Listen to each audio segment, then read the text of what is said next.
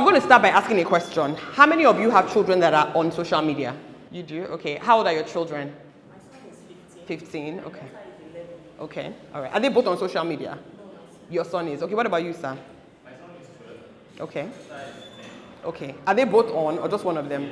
Both of them. So what social media channels are they using? Instagram. What about you? IG, TikTok, WhatsApp. WhatsApp. Are they also on WhatsApp? Instagram, TikTok, and WhatsApp. WhatsApp. Okay. Anyone else? Children on My what? son used to be on TikTok, but he doesn't have a device anymore. I like that. There's a lot underneath that, and we will unpack it as we go along. Because I like how you said that, Tega. Okay. Anyone else? Children on social media. Okay, good. Okay, so I'm going to start by just explaining social media in a very, hopefully in a very relatable way.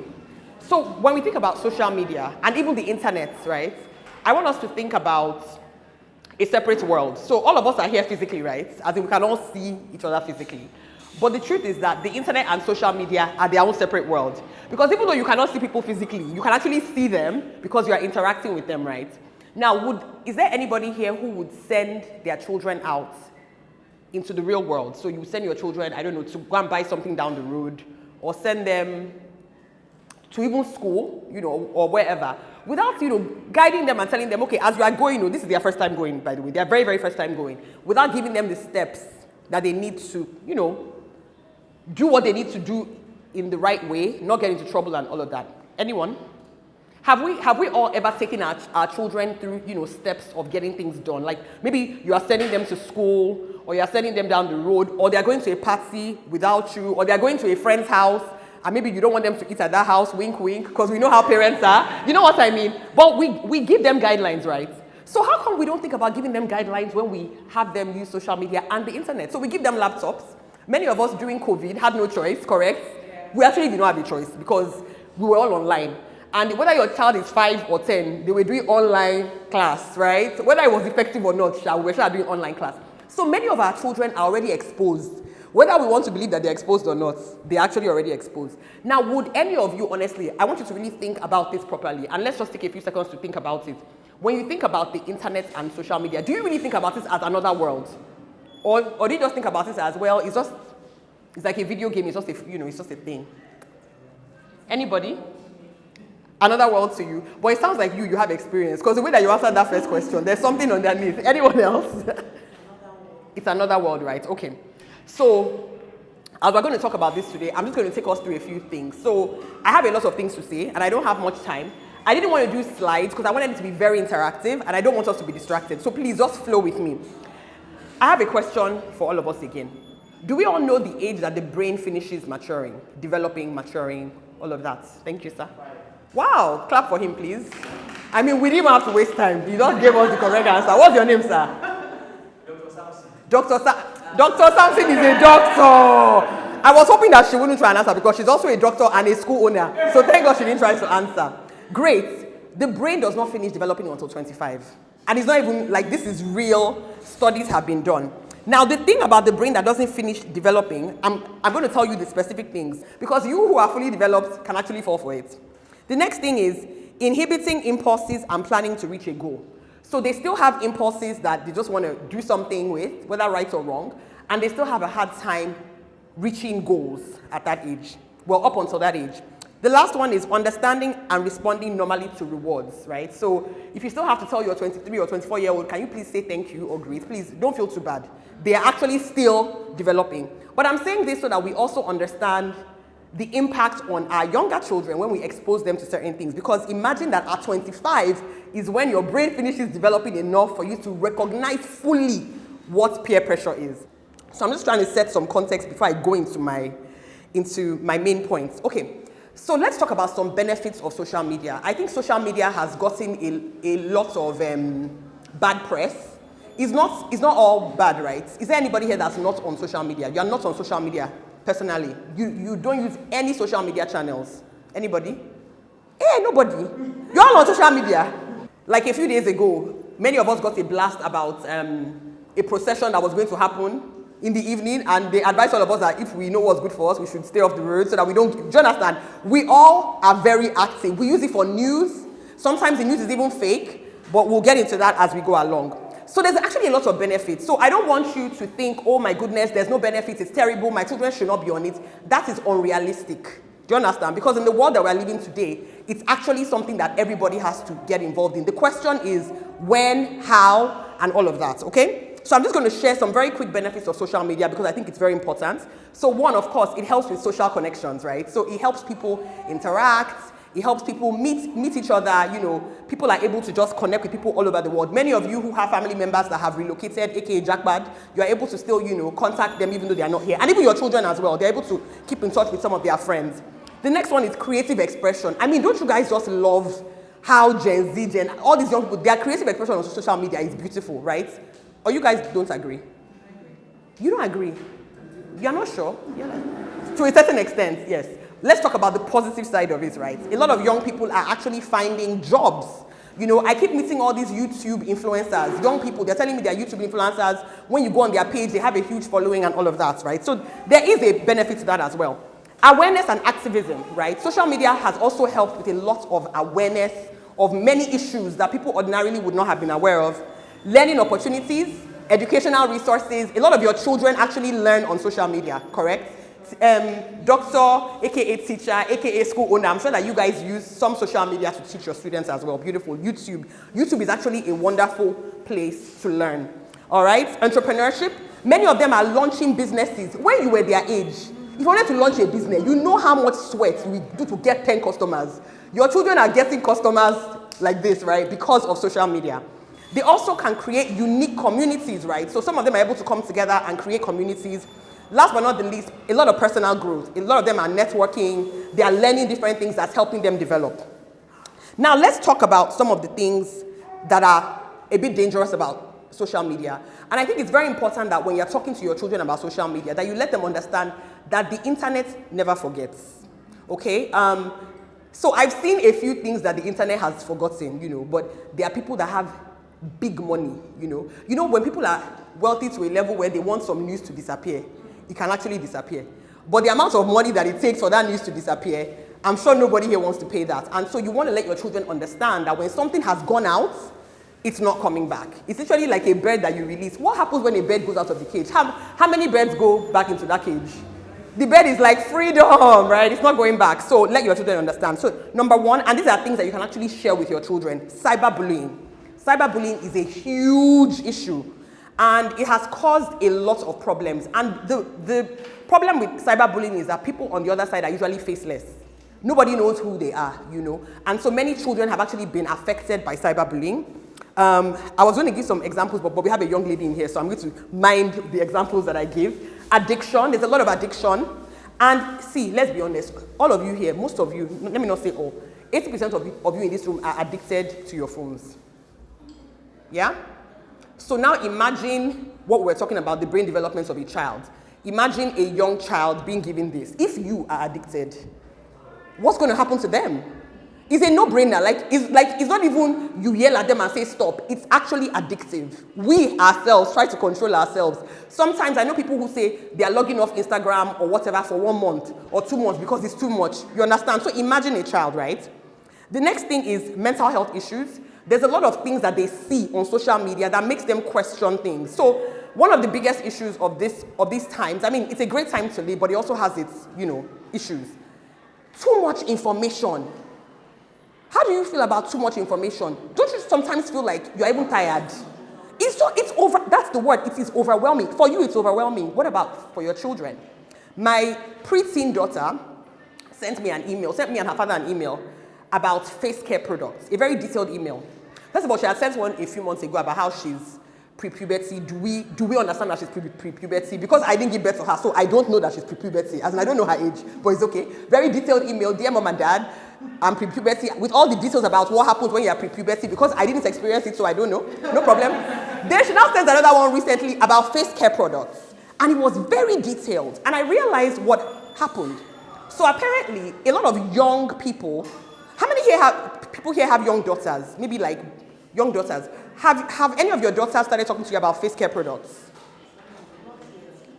So, yes, there's a lot out there, and it's not just on Instagram and them, even just on the internet, targeting them about face care products. And there's a lot of young influencers that look like them who are telling them about how, oh, from a young age, you should start, cleansing your face, moisturizing. So I sat my daughter down and I said, can you look at my face? Is my face nice? She said, yeah, it's nice. I mean, whether she believes it or not is not the point. But she said, yes, it's nice. And then I said to her, I didn't start using any face care products until, in fact, I was late because, I was fortunate enough to have good skin. I said, if you start using these things now, this is the effects. And the people that are selling it to you are trying to make money. The influencers are making money. They don't really care about your skin. It's more about money. So we also have to let our children understand advertising. Okay, the next one is privacy concerns. Oh my goodness, one of my favorite ones. Even we sometimes, we overshare information online. A lot of our children do not understand privacy. They don't understand that putting maybe your address. There was a day that apparently some young girl was doing something and put her address on the flyer and put it on TikTok or her phone number. They don't think about it because for them it's like, oh, TikTok is fun. I want to invite my friends to a party. She might not even realize that her page is not private, that her page is actually public and just post it there. So we also have to let them understand privacy. It is extremely important for them to know that the World Wide Web is literally that. World Wide Web. It's open to all the continents in the world. Anybody can pretend to be who they are not, and they have access to your information. And don't forget that the internet doesn't forget. So when you give too much information out, it might meet you in front. So I've heard some stories about children who were applying for university, and at the point of application, maybe some information about them online is what the interviewers used to ask them questions. Yeah, because the internet is, it's a great place, but it's also a dangerous place. So we really have to teach our children about the kind of information that they are sharing. Also, your children's friends, very important. Some children, unfortunately, are malicious. They're quite malicious, and they do very malicious things on the internet. So I've heard many, many stories of, people recording people in compromising situations and whatnot, their friends or whoever, and posting it. Who is going to delete it? And even if you delete it, the internet still has its backup, right? So we have to let our children understand that even with their friendships, I told my daughter, because even though she's not on social media, she has an iPad and there's iMessage. iMessage is actually also social media, but let's not even get into that, So I told her, I said, if you are ever on any group or with any friends that you're uncomfortable with, first of all, leave the group, number one, and number two, be very careful with the friends, because I also think that we need to teach them conscience. So we start teaching them about how to consciously feel danger as they're getting older, because you won't always be there. Listen, you can monitor them. I'm a monitoring spirit online. But there's only so much, yes, I am. And I'll tell you how I do it because we're all friends here. But there's only so much monitoring that you can actually monitor. Yeah. And you also have to give room for trust and growth. If they mess up, there's repercussions. But you can't do you understand? Another thing is this, groups, whether it's on iMessage, WhatsApp, Instagram, wherever, very, very careful. There's a story that I'm sure many of you have heard about two boys in the UK actually that got into trouble because they were on a group with a bunch of gang boys who planned to kill somebody, and they all got into trouble. If I told my daughter that story, I said, they all got arrested though, because they were on the same group. So it's very important that our children also understand that when you're on a group, you are almost culpable for whatever is happening on that group. And listen, exiting a group is not a bad thing. Please feel free to exit, okay? All right, next. Fear of missing out, which even adults have. FOMO, the good old FOMO. A lot of our children have fear of missing out. For those of us whose children are not yet on social media, they're always harassing us. When? Because it's a fear of missing out and it's normal. Also remember that these things are normal, right? So don't make your children feel bad about it. Listen, it's normal for a human being to want to be where their friends are. In fact, if your children don't want to be where their friends are, you might want to question it. Let's be honest, you might want to question it, right? Okay, next one is information inaccuracy. There's a lot of false information. Oh my goodness. Nigerian elections is the worst time to be on social media. You can almost just want to throw away your phone, There's a lot of false information. You need to teach them that not everything that they see online is true. They need to learn about that. Reduce face-to-face interaction. When all of us were young, we used to play outside. We didn't have vitamin D deficiency. The sun used to beat us. We're okay. Do you understand? We were not even using sunscreen, all this sunscreen, but let's not even get into that. That's a different conversation. No, because the sun used to beat us and we were very okay. You used to ride the bicycle, go to your neighbor's house. We used to climb trees, do all kinds of things. Our children don't do those things anymore. So a lot of them are actually developing terrible social skills. Many of the people that you see online, so I have some Gen Z friends. When you see their social media posts, you think that this person is a firecracker in person. When you meet them, they're like this. They can barely even look at you and say hello. They can barely interact with a human being. In the workplace, they find it hard to relate with people because they are so used to this and being so powerful behind a screen that they don't know how to interact. So please, your children must still interact. You must force them to, just go outside. If 10 minutes, go outside. Go and look at the sun. Look at the tree. Okay, there's no tree in our neighborhood. Look at the sky. You understand? Just go outside. You know what I mean? It's very, very, very important, okay? And last but not the least, I believe here, is exploitation risk. There are so many predators online, and you know that you will prevent your children from interacting with anybody that you suspect is a predator in person. Should we do that the ones that you can see? What about the ones that you cannot see? So we have to let them understand that. So what is important is to explain to them what it means, and not just say, you can't do it. You can explain to them why they can't do it. You cannot do it because we don't know who these people are. I've seen a few young children who are on social media channels and have public pages because they don't realize that. They're not thinking about public versus private. And they post things that to you and I look innocent. A young girl is dancing. To you and I is innocent, but to a predator is not innocent. Do you understand? So we have to be very, very conscious about talking to them about all these things. Okay, so I want us to talk about just a few other things about, just the whole thing about this impact thing. So I talked to you about the benefits and the problems. Let's now talk about, just the actual impacts of it as well. I've already covered some of these things, so I'll just kind of jump into some things that I've not covered. Let's talk about the age, right? Now, there is something called maturity and mobile usage. Not every child is mature enough to have a device. Listen, we all know our children. This thing is not always about age. Do we agree? Okay, is there a standard age for children for getting married? Is there a standard age for having children? There are some things that it's not about your age, it's about your level of maturity. You can be 50 and you're not mature enough. If you know that your children are not mature enough, then you need to be more conscious. You need to observe their behavior and decide how you're going to run that. But I'm going to give you some tips about how you can create rules of engagement on social media and even on devices as well.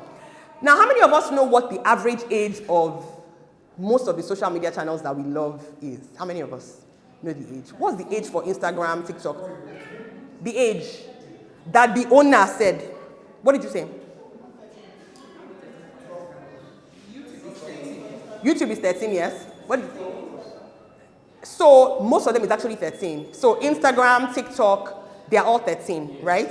The owners, the people that created it, they said 13. Now, if you even go deeper and look at the owners of the companies, most of them don't even allow their children to use it. I'm sure that some of you have seen those videos, and your mouth will be like, eh? They don't let their children on it. Why? Why would I create something that I think is so great and I don't let my kids use it? But I let your kids use it? Your children, all of you children, take it, be using it. We need to think about that. The age is 13, right? Now, since the age is 13, let's even start from 13, okay? Let's start from 13. Now, there are many channels that even though there's an age of 13, they don't have enough restrictions for people that are under 13 to not join. So your under 13-year-olds can actually join without you knowing. The other thing about social media is that there are so many places, channels that we don't even know about. There was an incident at, what's the name of that school? I think it was at Chrisland. Was it last year or was it 2 years ago? The incident that occurred when they went for World School Games and there was a young girl and... Chrisland, yes. That particular incident, if you followed it, it was just a horribly unfortunate incident. A lot of the places that the young girl was posting her pictures on are social media channels that you and I don't even know about. Because what happens is that they all kind of link together, right? So once they are on one, next thing, another one will pop up. Because don't forget that it's advertising. And many of them are owned by the same company. Do you understand? So for instance, maybe they're on TikTok. There might be a new one called God knows what. And that one is advertising itself on TikTok. And their friends are saying, hey, have you seen this new one? And they join. You and I don't know because what's our own? As in, you are dealing with Lagos living. That's enough of, I mean. That's an extreme sport. You don't have the energy to be monitoring all the social media channels, right? So we have to be extremely, extremely conscious of that. Consequences. We need to let our children understand the consequences of social media, the good and the bad. So when you're talking to your children, don't make it all bad. Because that's what we do. Nigerian parents, African parents, and that's how many of us were raised. You were raised with extreme. If you kiss a boy, you'll get pregnant. Really? Really? Sure, we've heard you. We just overdo. You are in the day and age where information is too available for your children for you to lie. They will catch you in your lie. So it's better for us to be honest. So have a conversation with them about the consequences. It's not that you don't want them to use it. It is that maybe their age, maybe the exposure, and so on and so forth. All right. Now let's talk about social media algorithms. How many of us know what a social media algorithm is? You have heard of it, okay. Tega has done a lot of research. She has seen something, she has learned, I like it. Anybody else? Okay. A social media algorithm, I want you to just think of it as a rule that decides what you and I should see on our own social media channels. So all our social media pages are personalized. They are, your Instagram, you will notice, how many of you have noticed, maybe you Google Pampers as an example, and all of a sudden, Everything else and you're like, no, the internet is not a witch. It's just called data. They are great at data usage, and they know what you have been looking for. And don't forget that everything is kind of linked together. So your children are also being fed through these algorithms. What your children like to look at, more of it comes up on their social media channels. If they're looking at good things, more of those good things are coming up. If they're looking at bad things, unfortunately, more of those bad things are coming up, because it's not really looking at their age. Sometimes it does, but most times it seeps through. So you have to understand that algorithms themselves can also be a bit dangerous. Because what happens is, God forbid somebody's addicted to something, the thing that they're addicted to keeps coming to their page because of the algorithms. Okay? All right, so it's very important in this section, last but not the least, then, to manage their usage of social media. But I'll talk about that more as we go along. So what are some of the things that we can do, right? I've already said that we can't prevent it, right? We all have to be, we have to be on it. But please, let's be conscious of the ages. The ages are very, very important. And even at that age, if you feel like your child is not mature enough, you don't have to force them, they don't have to be on it. They can stagger it, it can happen over time. Life is actually long. I always tell my children, I'm like, life is so long, Right now, you think that, if I don't have this thing out, listen, you will be tired of it. You know what I mean? So many of us here, when we were young, we wanted to leave school. How many of you? I'm tired of school. I just want to be making money. I just want to be working. And then you started working and you were like, wow, my brother, you're honest. You're like, wow. So the money is not just a tap. I can imagine. Well done, sir. Doctors are my favorite people. I respect people to no level.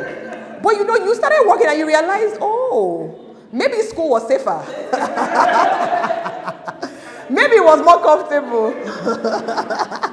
You were getting pocket money, maybe. You had a roof over your head. There's certain things that you were enjoying, and now that you're an adult, nobody said adulthood. You know what I mean? So, okay. So I'm going to just talk to you about a few things that are just important for us as we move on with our children on social media. So one, I want everybody here to have an open conversation with their children. If your children are above a certain age, let's say that they are preteens. So preteens and above, please have an honest conversation with them about social media. Even your younger children, because a lot of them are on YouTube, even if it's YouTube Kids. So for instance, explain to your young child why it's YouTube Kids versus regular YouTube. Some of your children might have already asked you.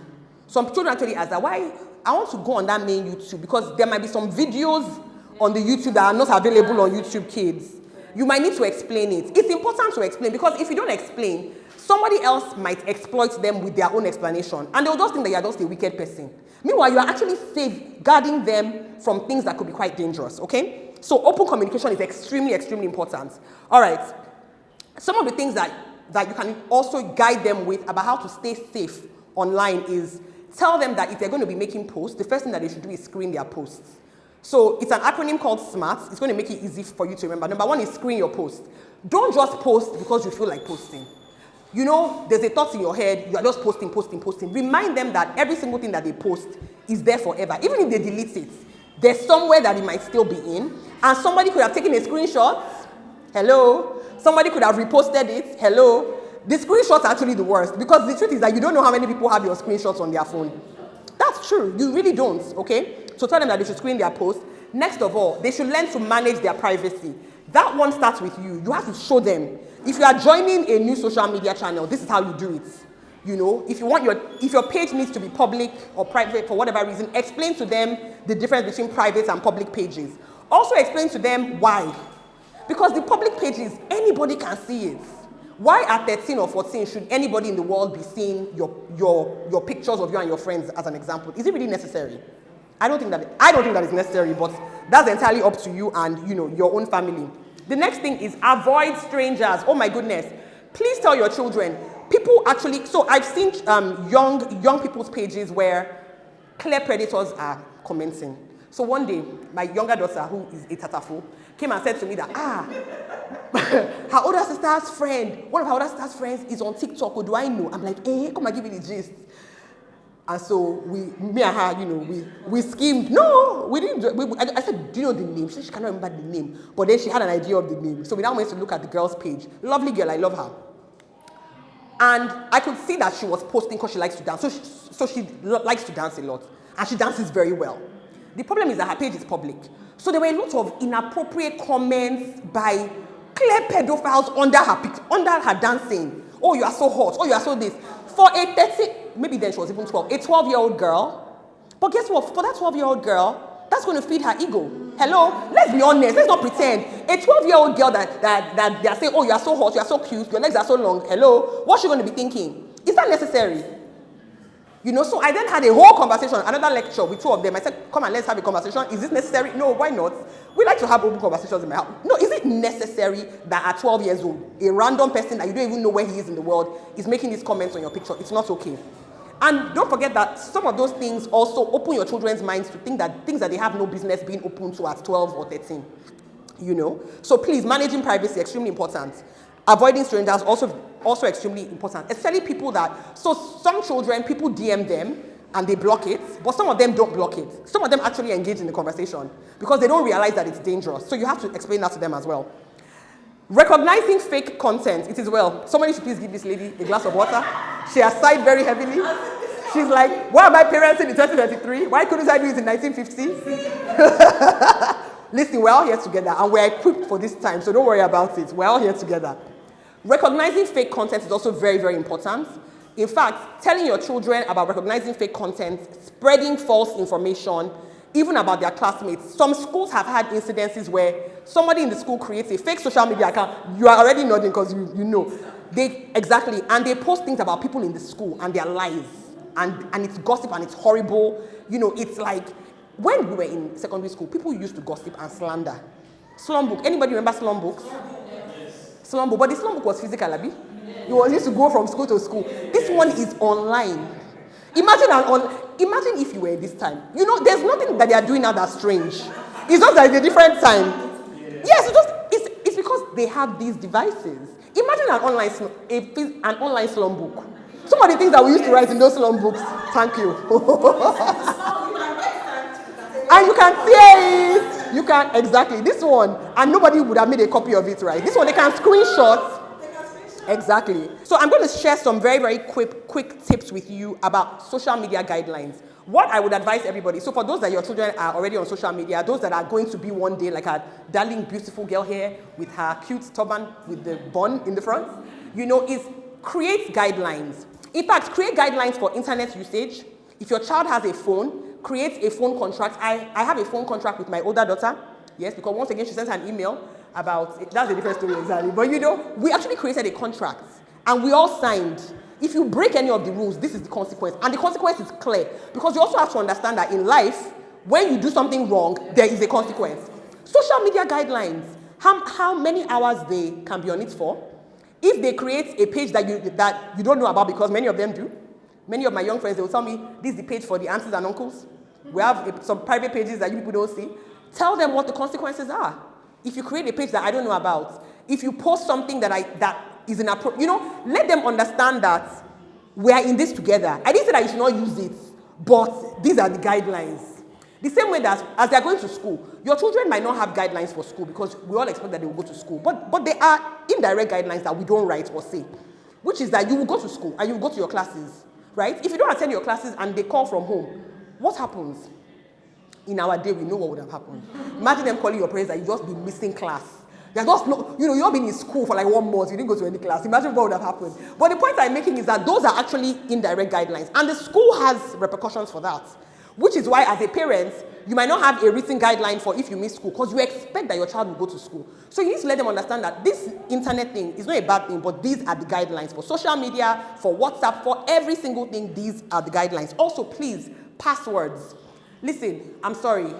As long as your child is living under your roof and you are paying their bills, they can't be having passwords that you don't know about. Why should your child have a password on their phone that you don't know? No, that's actually a question that we all need to ask ourselves. You can't have a lock screen password that I don't know. Sorry, who paid for the phone? Who paid for the data? Who paid for your life? It's me. Do you understand what I'm saying? No, really. No. Because, do you know why? I found that many of us parents are almost afraid. Yeah. Have you noticed that thing? We almost have a fear of asking our children, so you passworded your phone, why? My friend, you passworded your phone, is something going on? Anyway, let me pack that one in case some of our children are bolder than others and they find a way. There are some very wonderful apps that you can use to monitor in spirit your children's phone.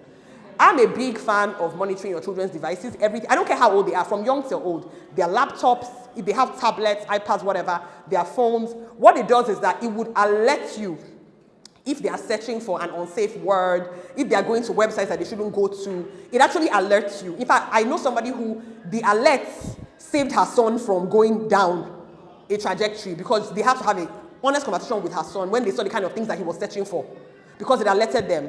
One of them is called QU Studio, QU Studio. If your child has Apple devices, I believe that Apple has a whole bunch of family things built in.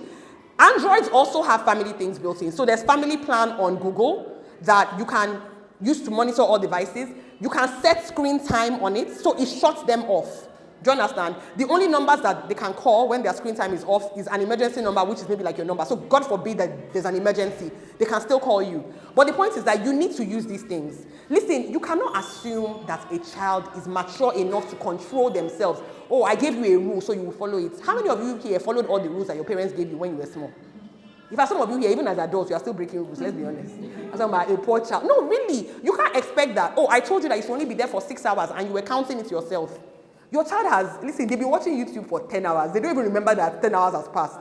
How many of you have ever seen your children just on YouTube, looking at random videos, and you're like, what is enjoyable about what you are watching? And they're just enjoying it. There was one time when my kids were still younger, people would be unwrapping dolls. I'm like, why are you watching a random person in the world unwrapping dolls? And they loved it. And then that page will have a huge following. And that young child unwrapping dolls becomes an influencer. Thankfully, we live in Nigeria, so the shop where they are selling the doll is far from us. If not, I'm sure if you live in the Western world, when you now go to the shops, your children will be asking you to buy the dolls. It's all marketing. Even from here, they are asking you, it's all marketing, okay?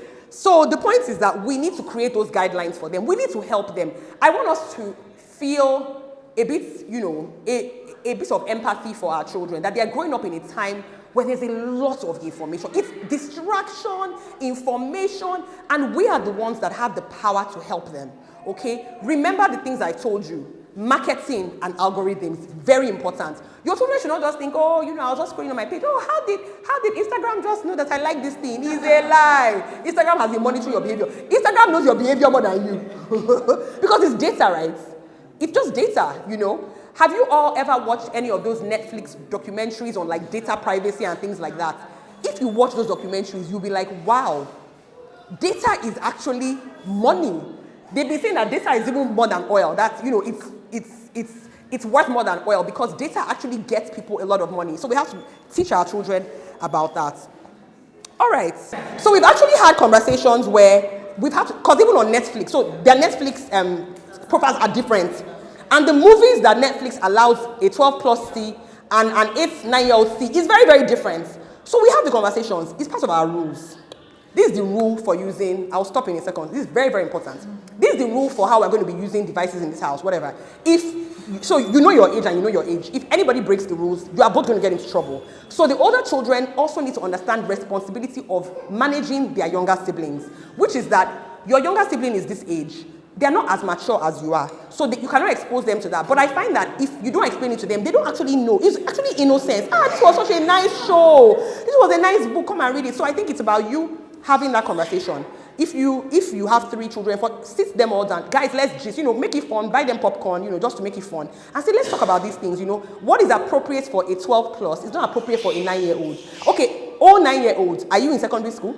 Let's start, you know what I mean? Like, you're in primary school, it's a very, very different world. Even the friendships.